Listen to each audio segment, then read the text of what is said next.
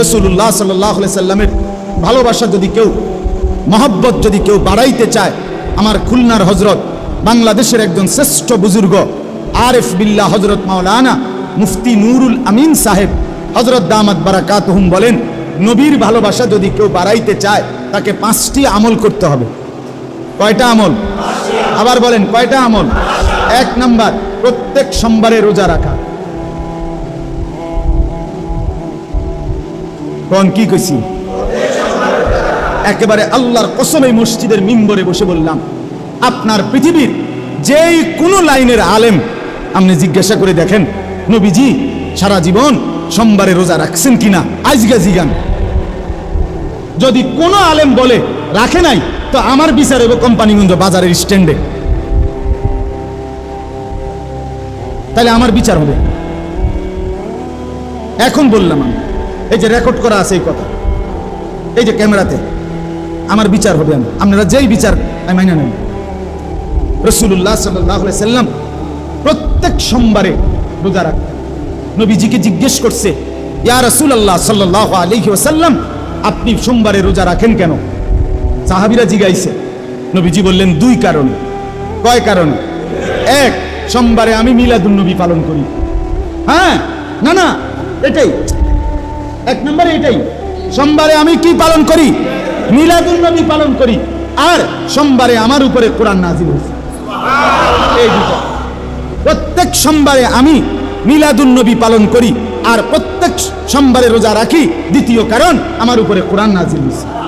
ফীহি বুলিতু ওয়া ফীহি উনজিলা আলাইয়া। নবীজি বলছে, সোমবারে আমি জন্মগ্রহণ করেছি, যে জন্য এই জন্মগ্রহণ করার কারণে আমার মিলাদ সোমবারে, আমার জন্ম সোমবারে, এই জন্য আমি সোমবারে রোজা রাখি এবং সোমবারে আমার উপরে কোরআন নাজিল হয়েছে, এই জন্য আমি সোমবারে রোজা রাখি। রাসূল সাল্লাল্লাহু আলাইহি সাল্লাম আজীবন নিজের মিলাদ পালন করছেন প্রত্যেক সোমবার। বছরে 1 দিন না, বছরে 1 মাস না, প্রতি বছর 52 সপ্তাহ মিলাদুন নবী পালন করছেন। প্রত্যেক সোমবারে রোজা রাইখা নবী একে তো পালন করছেন প্রতি সোমবারে 52 সপ্তাহ, দ্বিতীয়ত হইল না খাইয়া তিনি নিজের মিলাদ পালন করছেন না খেয়ে, আর আমনে পালন করছেন খাইয়া। আচ্ছা, খাইতে থাকেন, আমরাও চলতে থাকি, ফয়সালা হবে ইনশাআল্লাহ হাসরের ময়দানে। সেখানে নবীর সামনে আমরাও দাঁড়াইবেন, আমিও দাঁড়াবো ইনশাআল্লাহ। একসাথে দাঁড়াবো দুজন, মনে রাখি, একসাথে কথা হবে। জিগাবো আমিও, জিগাবেন আপনিও, যে হে আল্লাহর রাসূল, সোমবারে আমনে আপনার মিলাদের কারণে রোজা রাইখা পালন করলেন আর আপনার উম্মতের জন্য খাইয়া পালন করার অনুমতি দিলেন, এটাই কি আপনার উদ্দেশ্য ছিল কিনা? আপনি এখন ক্লিয়ার করেন, বলেন। প্রত্যেক সোমবারে কি রাখা বলেন না? রোজা। আলহামদুলিল্লাহ, আল্লাহর দয়া শুকরের জন্য বলি, আমি এই সোমবারেও রোজা রাখছি, গত সোমবারেও রোজা রাখছি, আগের সোমবারেও রোজা রাখছি। আমার শায়েখ আল্লামা মুফতি মুশতাকুন নবী সাহেব সারা বছর সোমবারে রোজা রাখে। আমার খুলনার শায়েখ আল্লামা মুফতি নুরুল আমিন সাহেব, আমি নিজ চোখে দেখছি, সারা বছর তিনি সোমবারে রোজা রাখে। আমার মাদ্রাসার উস্তাদরা সারা বছর সোমবারে রোজা রাখে। আমি এখন গিয়ে জিজ্ঞাসা আছেন ময়নামতি সাহেবের বাজার, গরু বাজারের পশ্চিমে। 2 নাম্বার, সকালবেলা ঘুম থেকে উঠে রাত্রিবেলা ঘুমানো পর্যন্ত জীবন চলার পথে আমরা যখন যা করি, সেই জায়গায় আমাদের নবী সাল্লাল্লাহু আলাইহি সাল্লামের শেখানো দোয়া আছে, আছে কিনা কোন? ঘুম থেকে উঠে নবীজির শেখানো কোনো দোয়া আসেনি? আলহামদুলিল্লাহিল্লাযী আহইয়ানা বাদামা আমাতানা ওয়া ইলাইহিন নুশুর। ঘুম যাওয়ার সময় দোয়া কি? আল্লাহুম্মা বিসমিকা আমুতু ওয়া আহয়া। খানার আগে কোনো দোয়া আসেনি? আছে। খানার পরে দোয়া আসেনি? আলহামদুলিল্লাহিল্লাযী আত'আমানা ওয়া সাকানা ওয়া জাআলানা মিনাল মুসলিমিন। ঘুম যাওয়ার আগে, ঘুম যাওয়ার পরে, টয়লেট বাথরুমে ঢুকবার আগে, টয়লেট বাথরুম থেকে বের হওয়ার আগে, মসজিদে ঢুকবার আগে, মসজিদ থেকে ঢুকবার পরে, বের হওয়ার পরে, বাজারে ঢুকবার আগে, বাজারে ঢুকবার পরে, উপরের দিকে উঠতে, নিচের দিকে নামতে, সমতল জায়গায় চলতে, কাপড় নতুন পরতে, আয়না দেখলে, মনে করেন এরকম কদম কদম, আল্লাহর কসম নবীর শেখানো কি আছে? দোয়া আছে। যে ব্যক্তি এই দোয়াগুলো মুখস্থ করে নিয়মিত পড়তে থাকে, আল্লাহর রাসূলের ভালোবাসা মহব্বত তীব্র গতিতে তার বাড়তে থাকে। এলো 2 নম্বর। 3 নম্বর, জীবনের সব কাজ নবীজির সুন্নত মোতাবেক যে করতে থাকে, রাসূলের ভালোবাসা তার বাড়তে থাকে। পাকিস্তানের বিশ্ববিখ্যাত বুজুর্গ হযরত মাওলানা ডাক্তার আব্দুল হাই আরিফি রহমতুল্লাহ আলাইহি তিনি বলছেন, আপনি যখন আপনার কোলের বাচ্চাটাকেই কোলে নিবেন, তখন 1 সেকেন্ড, 1টা সেকেন্ড, 2টা সেকেন্ড একটু শুধু চিন্তা করবেন যে কোলের বাচ্চাটাকে এখন আমি আদর করব, চুমা দেব, বুকে জড়ায়া ধরবো। শুধু আগে নিয়ত করবেন, আমার রাসূল সাল্লাল্লাহু আলাইহি ওয়াসাল্লাম তার বাচ্চাদেরকে আদর করতেন, বুকে জড়ায় ধরতেন। হাসান হুসাইনকে কত না আদর করতেন কিনা, আমার নবী বাচ্চাদেরকে আদর করতেন, এজন্য আমি আদর করছি। আল্লাহর রাসূলের এই কথাটা মনে করলে আল্লাহর কসম, আপনার বাচ্চাকে যে আদর করলেন এটা পুরাটা সুন্নতের সওয়াব ইবাদত হিসাবে আমলনামায় উঠতে পারে। সহজ হিসাব। সব কাজ নবীর তরিকায় করা, নবীর তরিকায় সুন্নাত মোতাবেক আমল করা। যে করবে রাসূলুল্লাহ সাল্লাল্লাহু আলাইহি সাল্লামের ভালোবাসা তার বাড়তে থাকবে। 4 নাম্বার, প্রতিদিন অথবা অধিকাংশ দিন সর্বোচ্চ চেষ্টা করে একটু সময় প্রিয় নবী সাল্লাল্লাহু আলাইহি সাল্লামের কোন জীবনী, নবীজির জীবনী পাঠ করা, পড়তে থাকে। নবীজির জীবনী, নবী সাল্লাল্লাহু আলাইহি সাল্লাম জন্মের আগে কি হয়েছিল, জন্ম কি হয়েছে, কিভাবে জন্মের পরে দুধ খাওয়াইলো কে, জন্মের পরে 10 বছর পর্যন্ত কি হয়েছে, 20 বছর পর্যন্ত কি হয়েছে, 30 বছর পর্যন্ত কি হয়েছে, 40 বছর পর্যন্ত কি হয়েছে, মক্কায় 13 বছর কি করছে, মদিনার 10 বছর কি করছে, এগুলো কিতাবের মধ্যে আছে কিনা বলেন, বাংলায় আছে কিনা বলেন। তো আপনি এই রাসূলের জীবনী পূর্ণ, নবীজির একটা জীবনী পূর্ণাঙ্গ শুরু থেকে শেষ পর্যন্ত নবীর জীবনী পড়ছেন বা অন্যের কাছ থেকে পড়াইয়া শুনছেন, এর হাত উঠানছে যারা যারা, হ্যাঁ সত্য হাত উঠান, ভালো করে হাত উঠান, অসুবিধা কি, হাত উঠান। 1 2 3 4 5 6 7 8। আমরা তো মাওলানা সাহেব, আমরা তো সবকেরই অংশ, আমরা হুজুর হলে হইতো না, আমি আওয়াম বলছি। আলেম তো এমনি, আমরা তো পড়ার অংশ, এটা সিরাতে খাতামুল আম্বিয়া তো আমরা সিলেবাস, কথা বুঝছেন কিনা? তাহলে আপনারা দেখলেন, এখন লজ্জা দিতে বলি নাই, মানে ইনসাফের সাথে বলেন তো কয়জন মুসলমান আমরা নবীর জীবনী পড়লাম? তো যাকে এত ভালোবাসেন, যার নামে কেজিতে কেজিতে জিলাফি খাইলেন, যার নামে ফোটলায় ফোটলায় বিরিয়ানি খাইলেন, যার নামে ডেগে ডেগে আমারে বুঝাইছে একজনে, কয় যে হুজুর 18 ডেগ করছি, 18।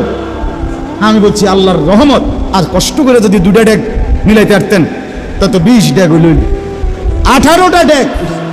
সুবহানাল্লাহ, খামখেয়ালি ইশক, কইটা কি পরিমাণে ইশক মহব্বত দেখলে 18 ডেগ পুরা। আপনি বলেন, আমরা এই কয়জনের হালাত দেখলাম, যে কয়জন মুসলমান আমার নবীর জীবনী পড়লাম? কেন রাসূলুল্লাহ সাল্লাল্লাহু আলাইহি সাল্লামের জিন্দেগিটা আমাদের পড়া উচিত ছিল না? কথা বলেন না বাপ? আপনি পড়লে তো মজা পাইতেন, পড়লে তো আরাম পাইতেন, কলিজার মধ্যে মহব্বত বাড়ত। তায়েফের ঘটনা যখন পড়তেন নিজে, তখন বুঝতেন কলিজার ব্যথা কেমন। কিতাবের মধ্যে আছে, ছেলেরা যখন তায়েফের ময়দান থেকে ফিরতেছে, পাথর মারতেছিল, তো ছেলেরা তো হাসতেছে, মজা পাইতেছে, পাথর মারে, নবীজিকে পাগলের মতো পাথর মারতেছে। নবীজি ফিরে আসতেছে, একটা ছোট ছেলে ওই তায়েফের একটা বড় পাথর হাতে নিয়া সে খুশিতে দৌড়াইয়া নবীজির একদম পিঠের কাছে আইসা জোরে মারছে।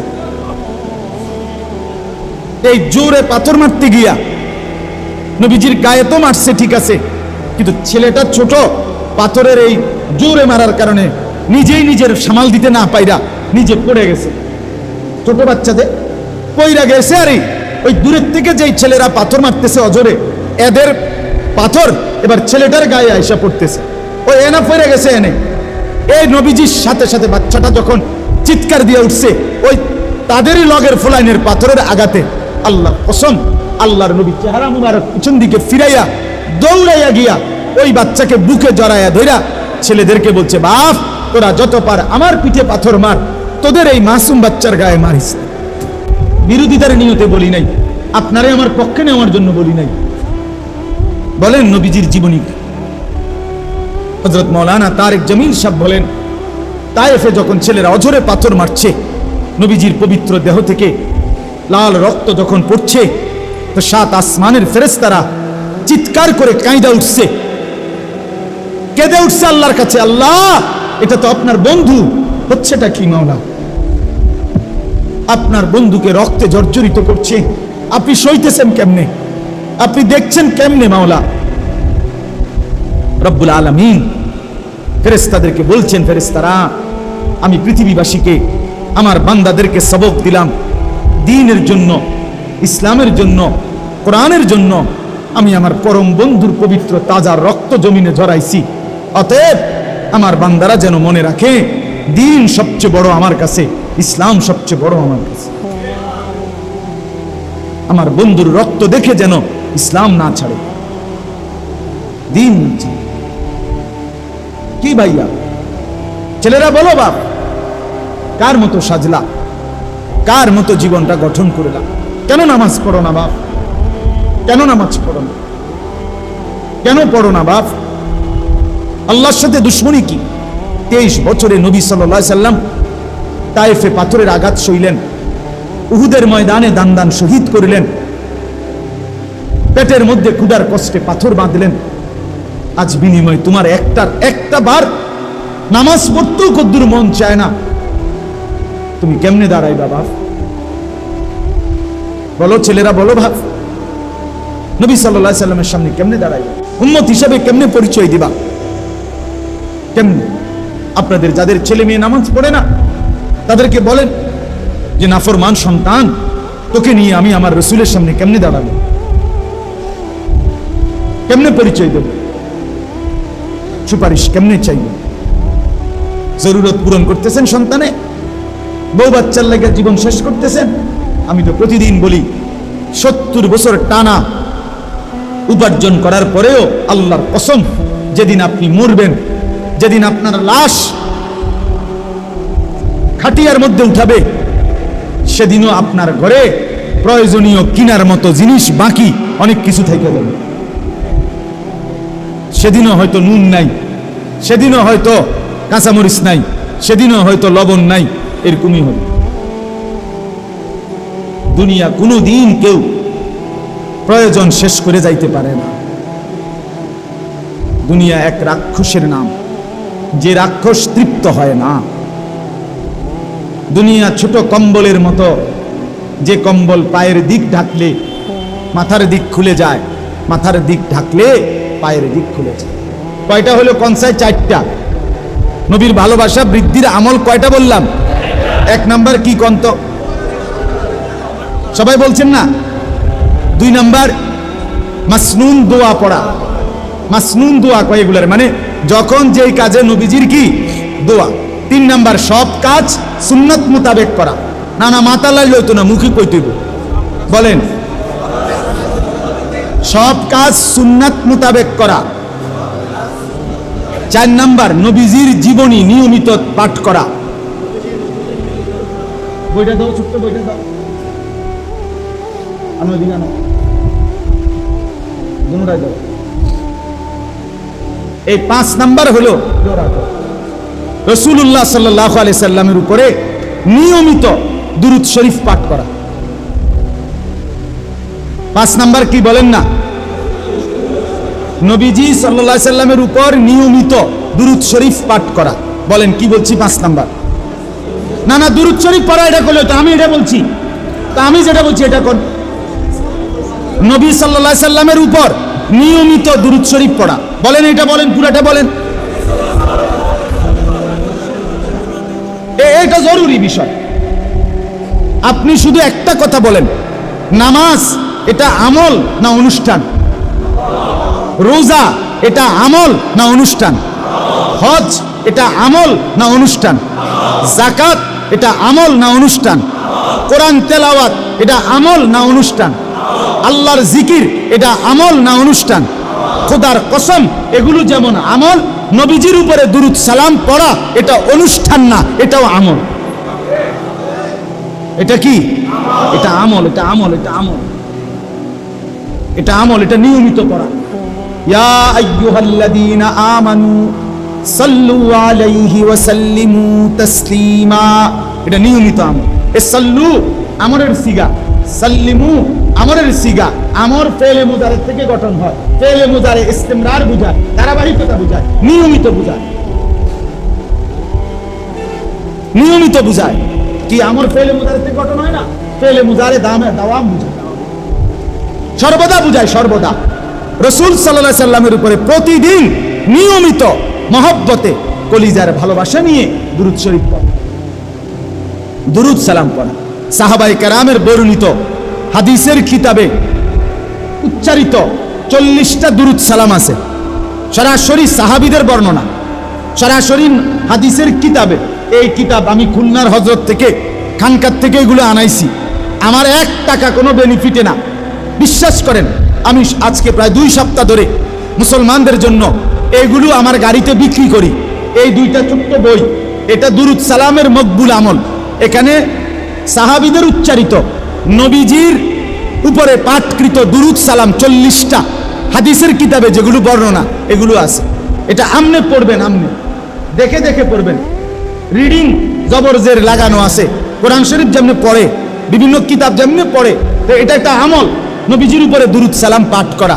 এটা প্রত্যেক দিন নিজের মহব্বতে একবেলা পড়লে আল্লাহ রসুলের ভালোবাসা পড়তে থাকবে।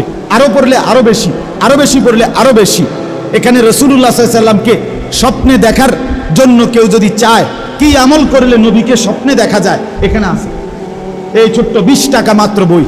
আর এই বইটা নবী সাল্লাল্লাহু আলাইহি সাল্লাম আজীবন একেবারে ইসলামের প্রথম বছর থেকে 40 বছর থেকে 63 বছর পর্যন্ত, কত বছর?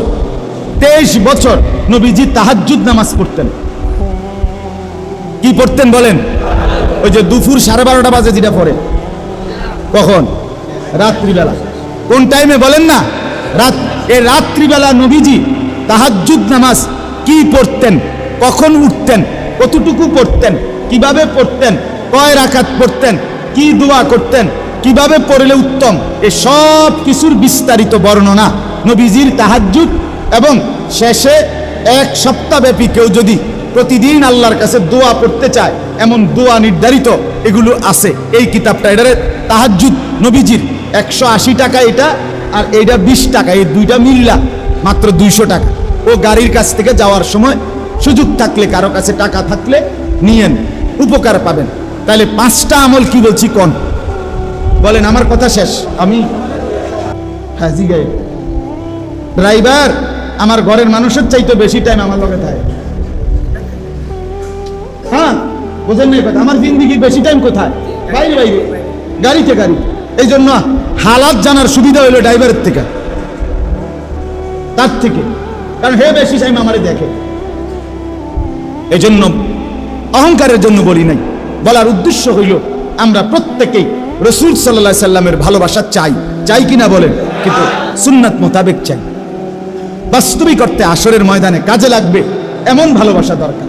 আল্লাহ আমাদেরকে বুঝার তৌফিক দান করেন। আমার বাপ, এবার শুধু আয়াতের তর্জমা শুনেন, তাইলেই কথা শেষ। আয়াতের তর্জমা হইল 16 নম্বর পারা 19 নম্বর সূরা, সূরা মরিয়মের এই আয়াতের মধ্যে আল্লাহ তাআলা বলেন, আমি আল্লাহ তাআলা হযরতে নূহ আলাইহিস সালামের জামানার পরে আমি রব্বুল আলামিন এই পৃথিবীতে কিয়ামত পর্যন্ত যত মানুষ তৈরি করছি তার মধ্যে 2 ভাগ। এক ভাগ হলো উত্তম উত্তরসূরি, আরেক ভাগ হলো নিকৃষ্ট উত্তরসূরি। এক ভাগ হলো উত্তম ওয়ারিস, আরেক ভাগ হলো নিকৃষ্ট ওয়ারিস। এক ভাগ হলো উত্তম প্রজন্ম, আরেক ভাগ হলো নিকৃষ্ট প্রজন্ম।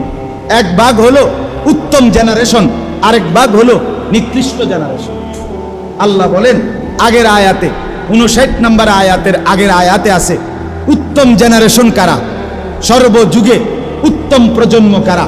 তারা যারা আমি আল্লাহর আয়াত, আমার নাম যখন শুনে তখন সেজদায় পড়ে যায় এবং কাঁদতে থাকে। কি নষ্ট করে? আরে বলেন না, কি নষ্ট করে? হ্যাঁ, মুসলমান পরিষ্কার করে।